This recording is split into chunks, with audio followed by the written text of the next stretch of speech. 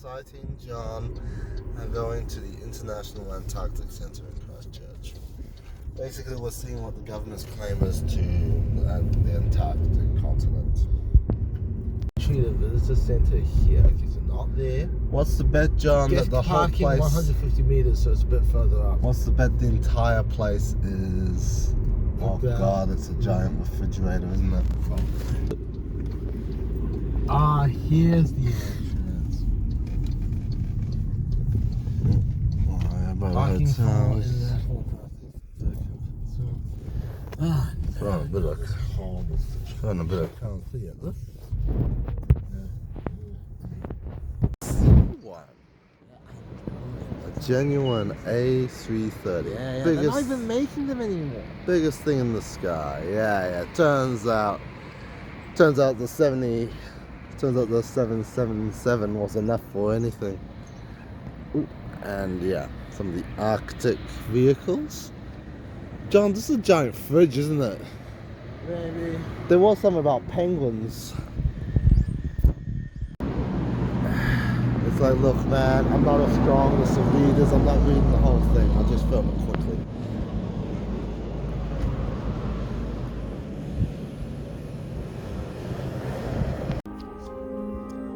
Yeah, we're gonna. That's for now, John. That'll all change. Wow, the phone's picking up colours in the screen that are not Yeah.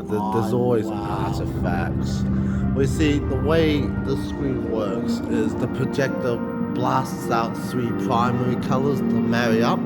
It works on the human sense. It doesn't work on the camera sense.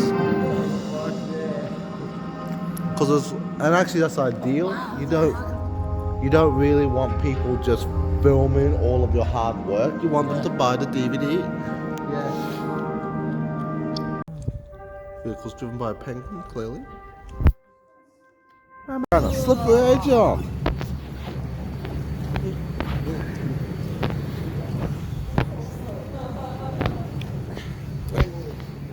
Whoa. That's not too bad in there.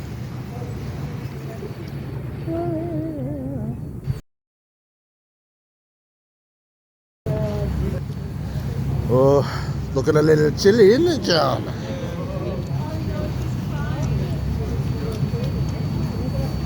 Ooh. We're going down.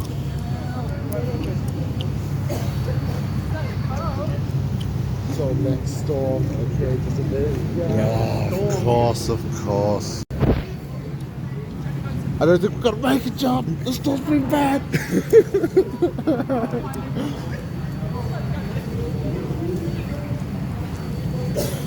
John, everything's gone blue. I'm losing my sight.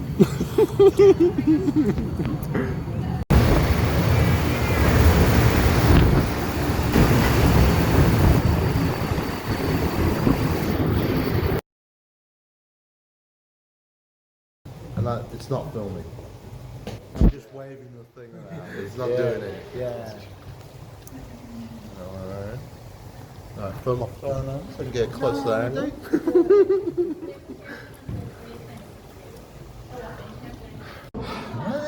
Flash photography.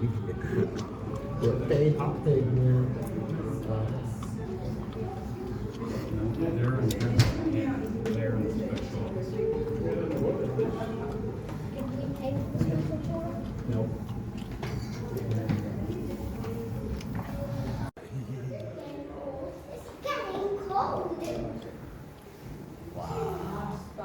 Oh my goodness, that one like 1 foot. Oh, this thing.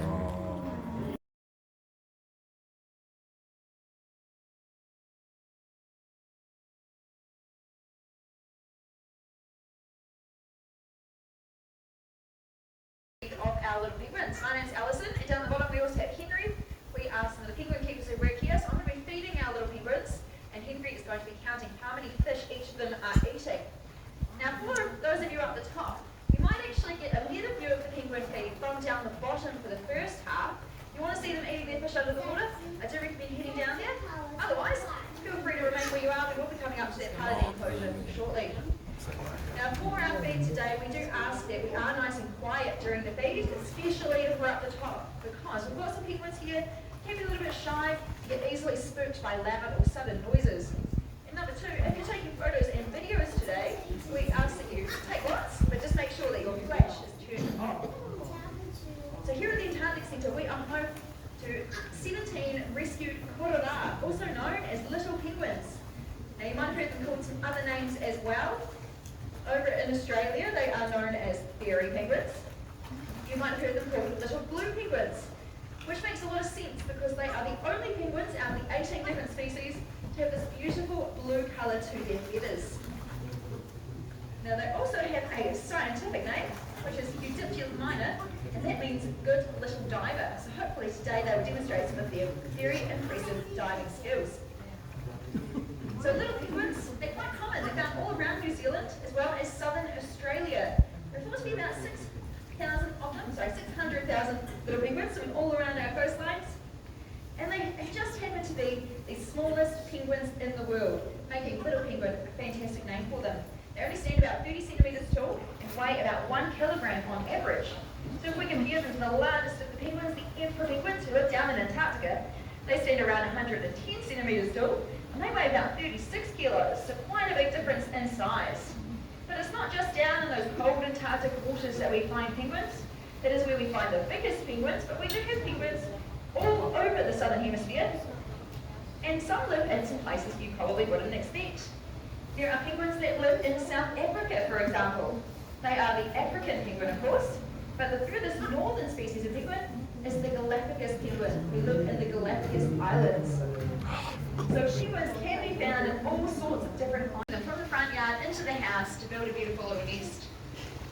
So they are currently sitting on some eggs. They're a little bit early on breeding season this year, but most of our other penguins will begin laying in the next couple of months. So for penguins out in the wild, once they have secured their partners, and they've got their burrows ready with their nests built inside, they will then lay a clutch of 2 eggs. They sit on those eggs for about 35 days, and during this time, one will be out at sea collecting food, while the other one is busy sitting on those eggs, keeping them nice and warm. After about 35 days, when those chicks hatch, they will then have to keep one penguin parent with the chicks at all times, because those chicks are very small. The eggs that hatch out are about the size of a chicken's egg, and they don't have a full coat of feathers yet, so they need someone to sit with them and keep them nice and cozy. So the penguin parents will continue to take turns. One will be out at sea. Now they're collecting food not only for themselves, but also for their chicks at home, while the other one's guarding the nest. And after a couple of weeks, those chicks are starting to grow very rapidly. Not only are they getting bigger, but they've also got a nice thick coat of fluffy down now, so they'll be able to look after themselves as both penguins head out to sea to be able to catch enough food to feed the whole family.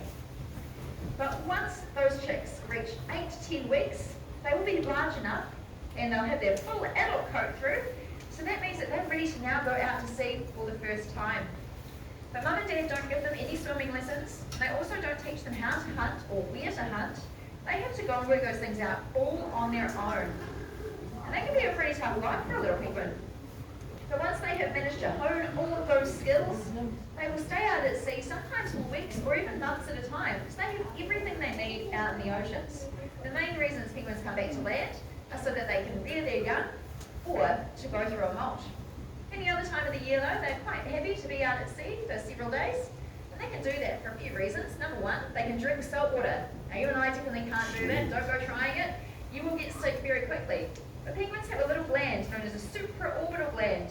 And its job is to filter out extra salts that a penguin does not need in their body. And then they will gather that up in a nice salty solution in their nasal passage and sneeze it out. So if you see any sneezing penguins, no need to worry. They're not sick, they're just getting rid of those salts. They also don't need to return to land to sleep, because penguins can have a nap as they float along the ocean surface. And of course, there's no food for a penguin on land, it's all out in the oceans. But of course, you will return for breeding season, and you'll also have to return for molting season. So little penguins will molt once a year, and this usually occurs sometime during summer when it's nice and warm. Before they begin their molt, they go out to sea and they eat and eat and eat. Our penguins here go from eating about 10 of these small fish a day to upwards of 20 or even 30 fish in a single day. They will put on about 50% of their original body weight on top of what they already weigh. So a 1 kilogram penguin will end up being about 1.5 kilograms. So like a little football covered in feathers. By this time, they should be ready to head back up onto land. They'll go into their burrow and they will stay there for the 3 weeks that it takes to push out all your old feathers and grow in all 10,000 of your new ones.